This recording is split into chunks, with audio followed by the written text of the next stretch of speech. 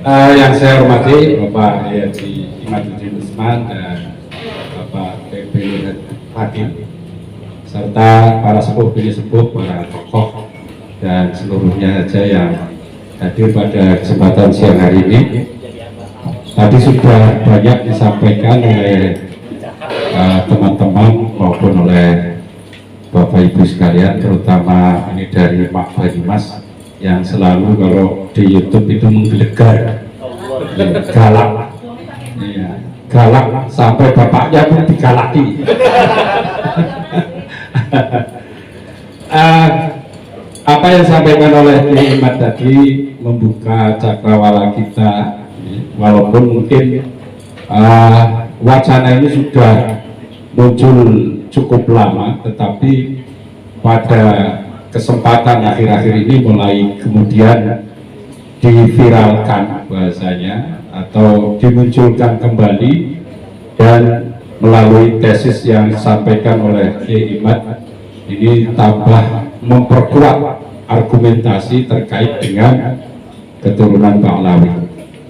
Hanya saja mungkin sudah menjadi budaya orang kita, khususnya warga Nahdliyin ini, kepada para habaib yang tadi sampaikan itu begitu hormatnya, walaupun kadang-kadang ada habib yang begitu bentongornya, tapi tetap kita harus hormat, tidak boleh mencela, tidak boleh kemudian mengkritik, tidak boleh menyalahkan. Kualat, ini ada bahasa kualat, sehingga kami sebagai warga itu kadang-kadang begitu taklimnya kepada para habaib, terlepas dari sisi keilmuannya bisa dipertanggungjawabkan apa tidak.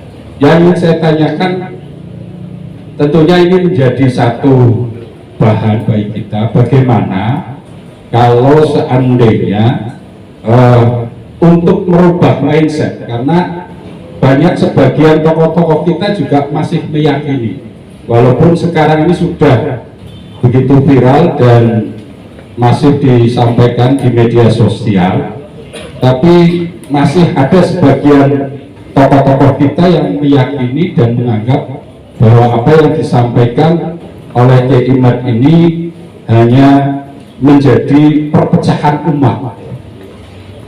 Contohnya ketika kemarin saya melihat di YouTube ada tantangan untuk berdebat, ini seolah-olah panjenengan itu menghindar dari perdebatan. Yang ada beberapa kiai, termasuk Kiai muda dari Madura, kemudian ada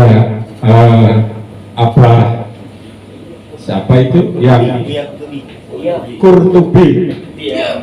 Nah ini begitu meyakinkan, dilarang yang mewakili, artinya bukan langsung yang menghadapi Kiai Imad, jadi yang mewakili agak terpojokkan pada saat itu kalau melihat sekilas pada perdebatan itu.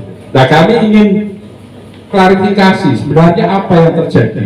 Apakah memang panjenengan sengaja menghindar, ataukah memang kebetulan ada acara yang bersamaan yang sudah diagendakan dari awal jauh-jauh hari?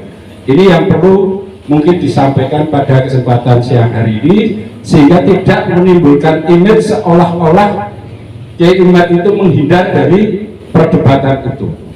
Kemudian yang kedua, bagaimana kemudian upaya di samping sosialisasi ya yang sudah dilakukan selama ini maupun model pencerahan kepada umat, khususnya yang meyakini adanya Habib kan hanya orang NU.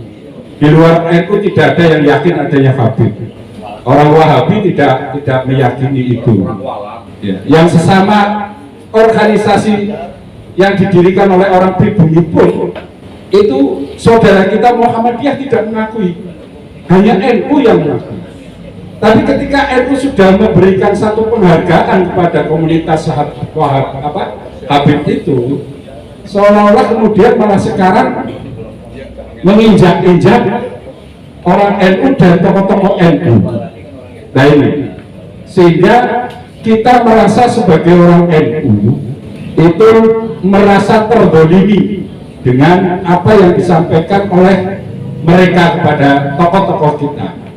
Namun kadang-kadang dalam hati kecil kita itu masih bertentangan, kontradiktif. Ya, mengko bantah, buat orang bantah kadang-kadang mendedekakan.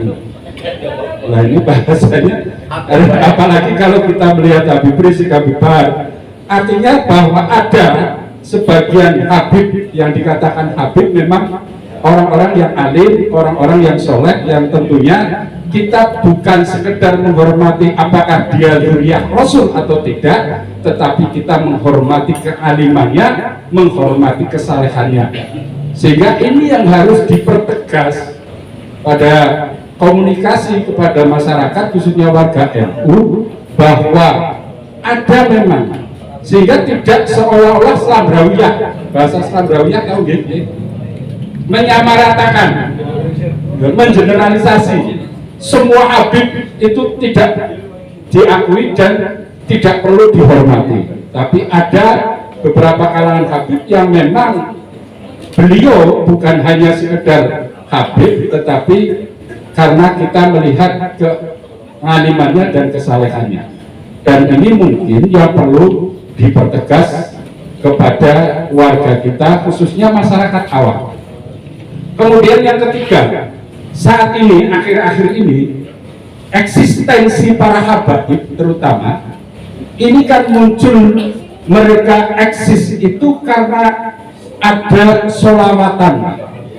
Banyaknya, bukan berarti kita merendahkan atau menafikan terhadap sholawatan itu, tetapi bahwa pemrakarsa rata-rata ini yang mengadakan sholawatan, menyelenggarakan itu adalah para habaib, dan ini menggejala di seluruh Nusantara, khususnya di kalangan umat warga Nahdliyin, di kalangan anak-anak muda kita, sehingga mereka melihat bahwa idola yang utama adalah kelompok habaib, terutama yang ketika sholawatan.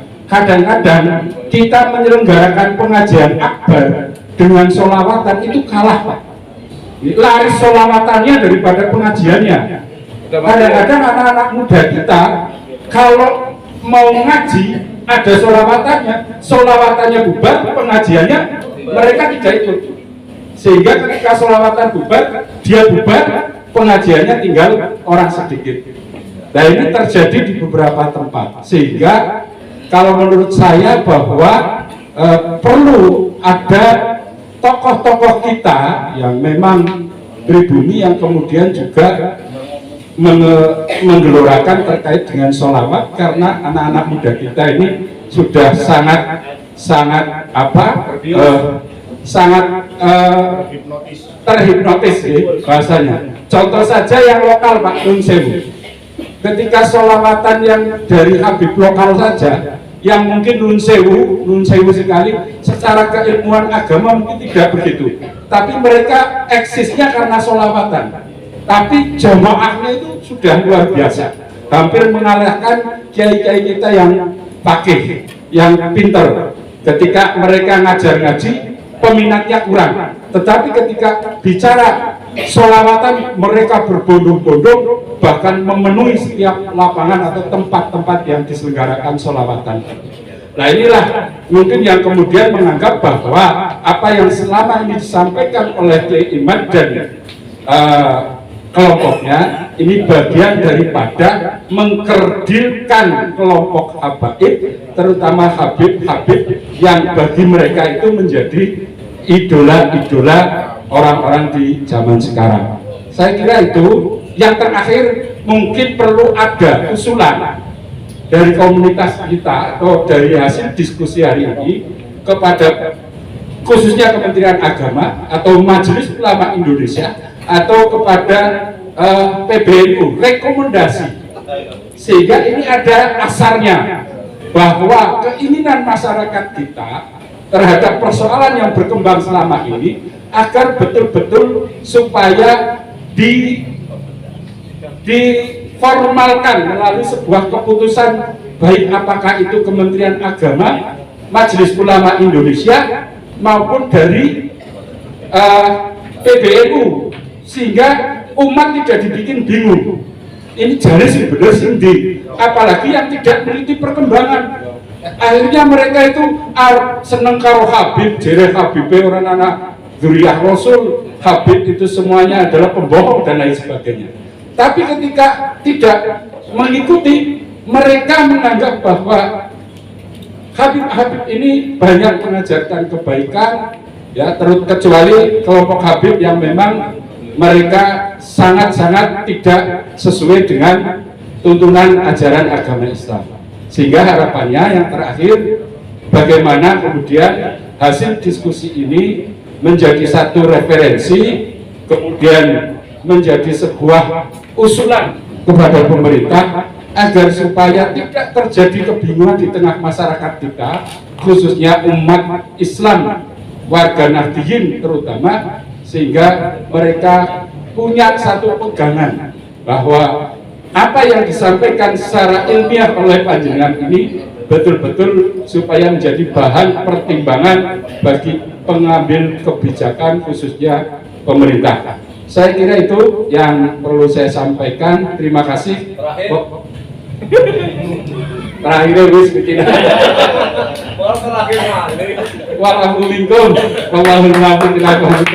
Assalamualaikum warahmatullahi wabarakatuh. Perdebatan Banten itu karena memang yang saya debat ini nasab daripada Ba'alawi, dan Ba'alawi memiliki persatuan di Indonesia namanya Rabita Alawiyah. Kita ingin tahu bagaimana Rabita Alawiyah mempertahankan dari nasab mereka yang sudah diakui berpuluh-puluh tahun, bahkan ratusan tahun. Tapi Rabita Alawiyah sendiri tidak datang.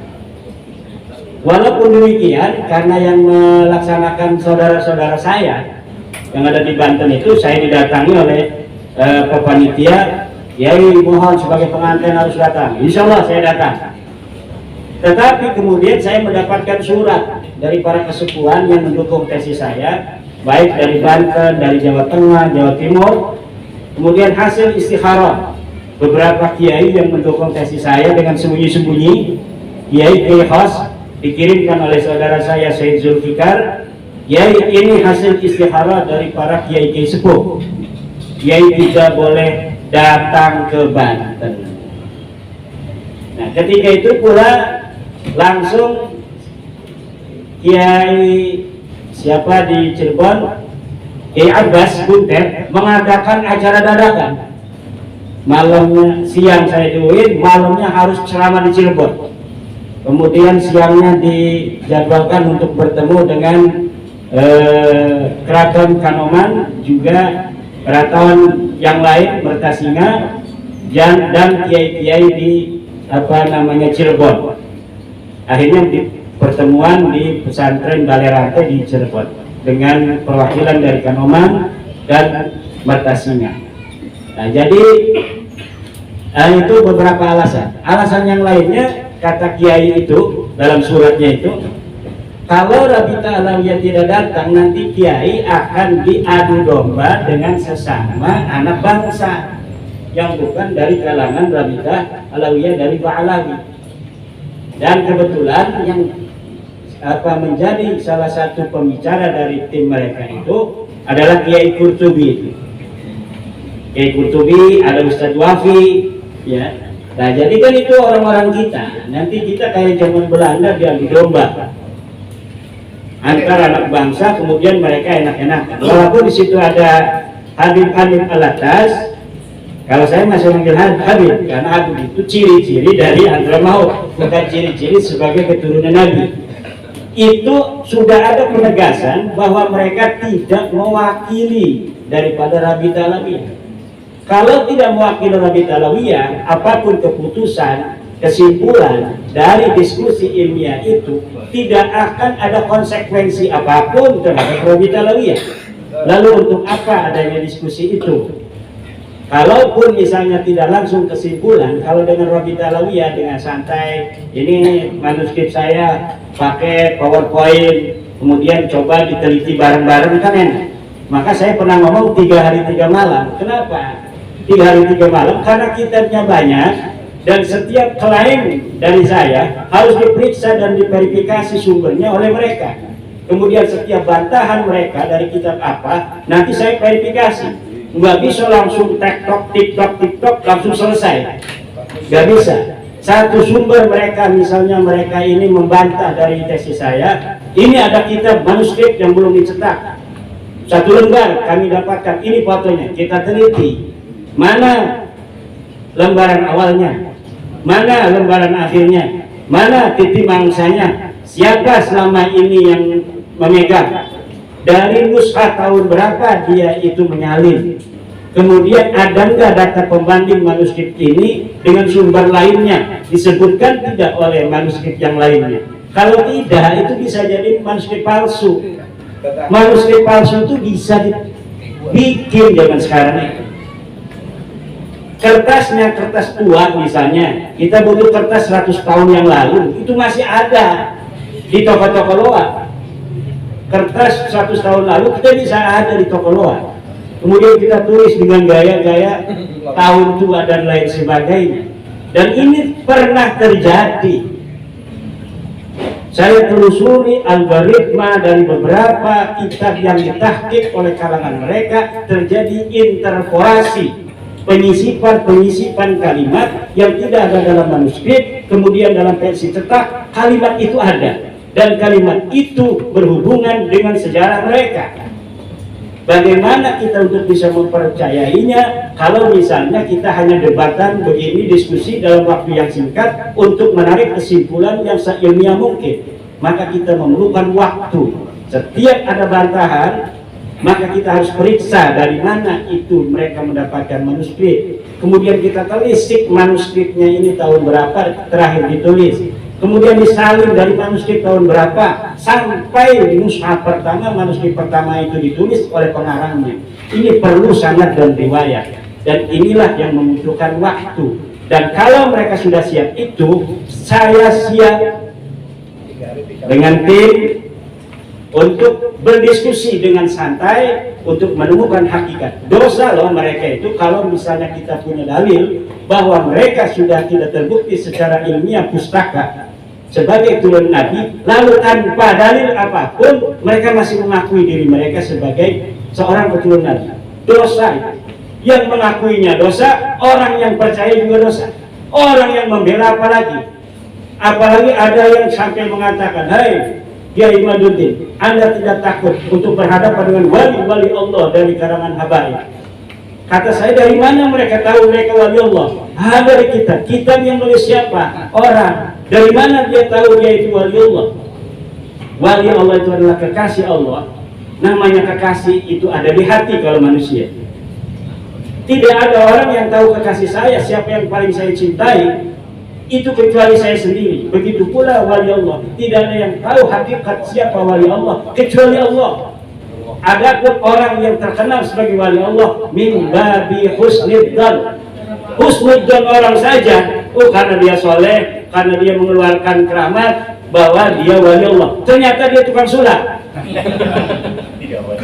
Tapi karena orang tidak bisa membedakan mana sulap mana karomah, akhirnya mereka menganggap dia wali Allah. Sudah kadang dia itu diyakini, akhirnya dianggap itu sebuah kebenaran. Ada hadis katanya, "Hai Kiai Umar, man adali waliyan faqad azantuhu bil harbi." Siapa yang memusuhi waliku, maka aku akan kobarkan perang dengannya. Kata Allah dalam hadis qudsi. Apakah berani perang bersama Allah? Nanti dulu. Yang wali siapa? Mereka katanya wali banyak. Itu kata mereka. Kata Allah belum tentu mereka wali. Bisa jadi kata Allah saya yang wali. Nah kalau benar saya yang wali, apa enggak bahaya kamu itu tadi itu mencela saya? Banyak orang yang mencela saya, mencaci maki saya di YouTube.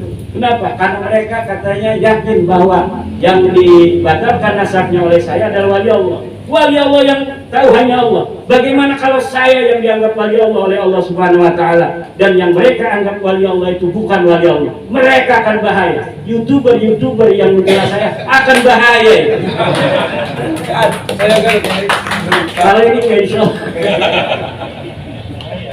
nggak bahaya kan?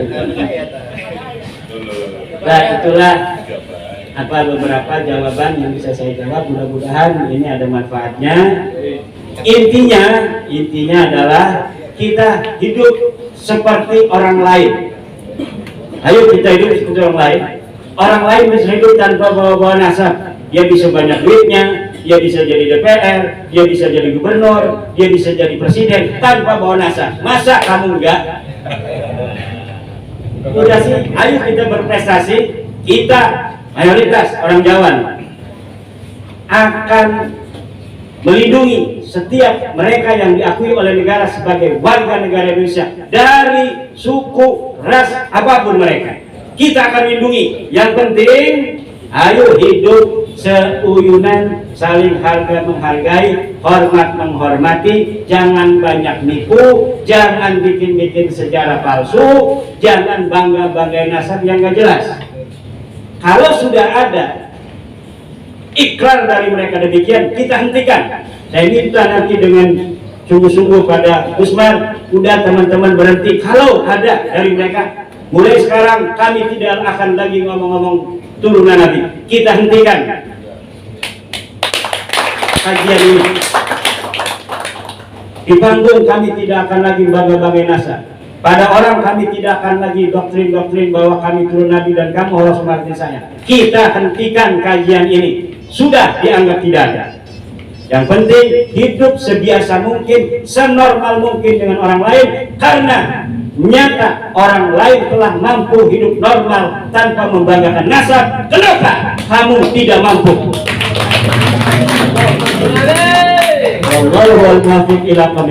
Wassalamualaikum warahmatullahi wabarakatuh. Mau nambah? Wali sana masih ada darah Cina. Oke. Nah ini Siap. Oke. ini ada Cinanya nih. Ada. Oke. Ada 3 poin ya. Tadi yang tambahan dari saya sedikit. Oke, yang Cina dulu deh kalau gitu ya. Oke. Jadi Wali Songo ini berdakwah secara akulturasi dan asimilasi, tidak rasis sebagaimana kalangan yang lain. Mbak Alawi itu kan nikahnya dengan sama kalangannya sendiri. Nah, sedangkan kalau para keluarga Wali Songo dan leluhurnya itu berdakwah dengan pola akulturasi dan asimilasi. Jadi menikahi setempat. Dan ketika seorang tokoh ini hijrah ke suatu negeri, tidak bawa istri, tapi menikahi wanita setempat, sehingga bisa bergaul dan membawa darah-darah setempat. Contoh untuk yang ditanyakan tentang masalah Cina atau juga ada campa Indo-Cina, itu contohnya adalah Sunan Ampel. Sunan Ampel itu ibunya berasal dari Campa, neneknya pun juga dari Campa. Jadi Sunan Ampel ini adalah bin Ibrahim Asmaul Kondi dari Samarkand, bin Jumadil Kubro atau Jamaluddin Hussein. Nah, Jamaluddin Hussein ini dari Pakistan itu sudah pernah hijrah ke Campa, itu menikahi namanya Ramawati, putri daripada Raja Campa Cebonga. Nah, Campa itu Vietnam, Kamboja, Indochina. Nah, kemudian berputra Ibrahim Asmarakandi yang kemudian nyantri ke Samarkand, hijrah lagi ke Campa Indochina, menikah dengan putri Raja Campa selanjutnya yang Indrawarman VI, itu yang namanya adalah kalau masalah siapa itu ya? Itu intinya itu putri Campa juga yang bersaudara dengan Dwarawati, istri daripada Raja Majapahit yang Beri Kertawijaya. Nah, jadi ada Campa juga. Kemudian ada Patademak. Raden Patademak adalah menantu Sunan Ampel, yang mana beliau pun juga punya ibu dari Cina. Kalau tadi Campa, kalau Cina, yang bernama Syubansi. Tapi Cinanya pun juga Cina blasteran Arab dan Cina, karena kalau Syubansi ini ternyata ayahnya adalah Trah Al-Jirani Rasani, Syekh Bentong alias Abdullah Darkom, bin Syekh Hasanuddin Kurokawan, bin Syekh Yusuf Siddiq yang dimakamkan di Pulau Besar Malaka, Malaysia, yang ternyata nasabnya adalah Al-Jirani. Tapi ibunya Syubansi adalah Syuteo yang merupakan warga Cina di Gresik. Jadi artinya keluarga Wali Songo itu Cinanya ada, Campanya ada, Arabnya ada. Kemudian kebawahnya ada pernikahan lagi dengan bangsa Jawa, suku Jawa dari keluarga Majapahit. Ada juga menikah dari putra Pajajaran Sunda. Jadi campur aduk.